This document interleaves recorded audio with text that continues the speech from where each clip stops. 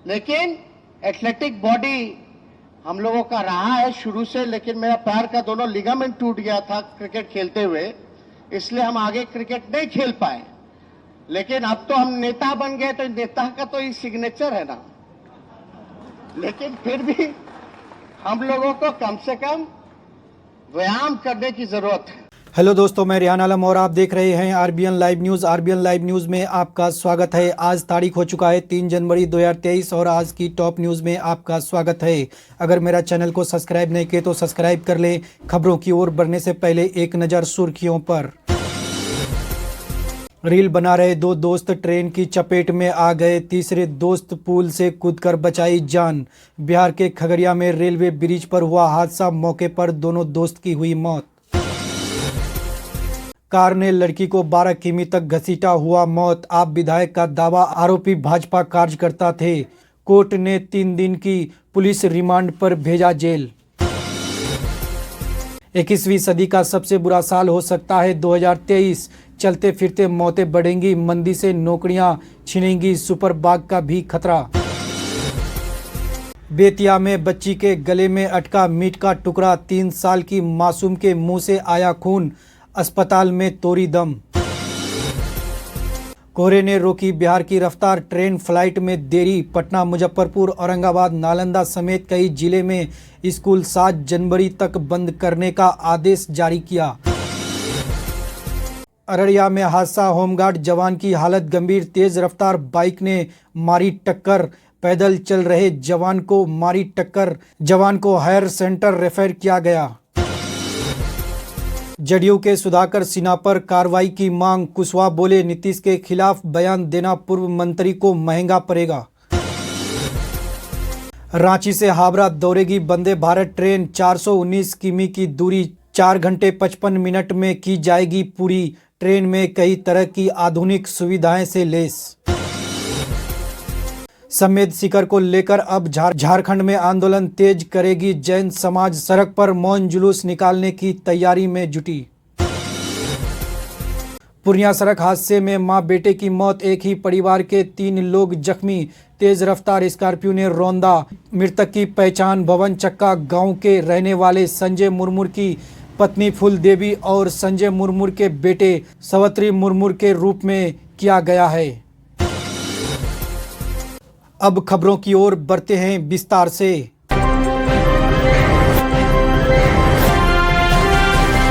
खबरों की ओर बढ़ते हुए आपको बताता चलूं, तेजस्वी नए साल में करेंगे सीमांचल की यात्रा, मुस्लिम वोट बैंक अपनी तरफ करना आरजेडी की बड़ी चुनौती। अमित शाह पहले फूंक चुके हैं चुनावी बुगुल। सीमांचल की राजनीति पर लालू प्रसाद और तेजस्वी यादव की पार्टी राष्ट्रीय जनता दल का दावा लंबे समय तक रहा है। आरजेडी के माई समीकरण को यहां से ताकत मिल रही है, लेकिन अवैसी ने आरजेडी की ताकत को यहां कमजोर कर दिया है। नतीजा ये हुआ कि अमोर सीट के अख्तरुलिमान बैसी से सैयद रुकमुद्दीन अहमद, जोकीहाट से शाहनवाज आलम, कोचाधामन से मोहम्मद इजार एसपी, बहादुरगंज से मोहम्मद अंजार नईमी चुनाव जीते। इनमें से अख्तरुलिमान को छोड़कर बाकी चारों विधायक को तेजस्वी ने अपने पार्टी में शामिल कर लिया। आरजेडी सबसे बड़ी पार्टी तो बन गई, लेकिन अब 2024 के लोकसभा चुनाव पर तेजस्वी की नज़र है, इसीलिए तेजस्वी नए साल में सीमांचल की यात्रा पर निकलेंगे। आरजेडी के अंदर इसको लेकर रणनीति बन रहे हैं, समय तय होना बाकी है। जानकारी है कि यह समय 15 जनवरी के बाद का होगा। सीमांचल में किशनगंज, कटिहार, अररिया और पूर्णिया 4 लोकसभा क्षेत्र है। यहाँ भी आरजेडी की स्थिति बुरी है। लोकसभा चुनाव में महागठबंधन के बीच सीट बंटवारे पर भी चैलेंजिंग होगी। पूर्णिया में जेडीयू के संतोष कुशवाहा ने कांग्रेस के उदय सिन्हा को हराया था। कटिहार में जेडीयू के दुलाल चंद गोस्वामी ने कांग्रेस के तारिक अनवर को हराया था। अररिया में बीजेपी के प्रदीप सिन्हा ने आरजेडी के सरफराज आलम को हराया था। किशनगंज में कांग्रेस के मोहम्मद जावेद जेडीयू के मोहम्मद अशरफ को हराया था।